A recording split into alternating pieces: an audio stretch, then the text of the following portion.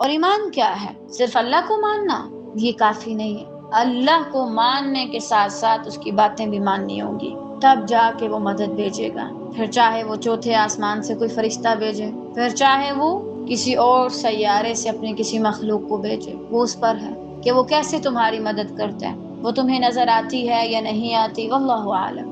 ہم کوئی بھی کام کرتے ہیں ہمیں وہ بڑی مدد کیوں نہیں سمجھ آتی؟ یعنی ہم تھک رہے ہیں، سارا دن کام کر رہے ہیں، لیکن ہمیں وہ والی نصرت کیوں محسوس نہیں ہوتی جیسے اللہ نے پہلے لوگوں کی کیسے کی؟ اللہ تعالیٰ ان تمام لوگوں کو ہی لے گیا، ان کی جگہ بھی بدل دی، اس خطے کو ہی ہمیشہ کے لیے بین کر دیا کہ وہاں پر کوئی رہ نہیں سکتا، آباد ہی نہیں ہو سکتا، ویران کر دیا۔ اللہ نے کیسی ان کی مدد کی؟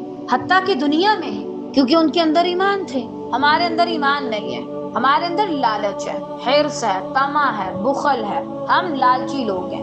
ہم اللہ کے پاس جاتے ہیں کسی کام کے لیے، کوئی وش پوری کروانے کے لیے، کوئی دعا پوری کروانے کے لیے، ایمان تو ہے ہی نہیں۔ اور اسی طرح مجھے نہیں پتا کہ ابھی آپ زندگی میں کس حال میں ہیں، اللہ تعالیٰ آپ کو ہمیشہ اچھے حال میں رکھے، آمین خیر سے۔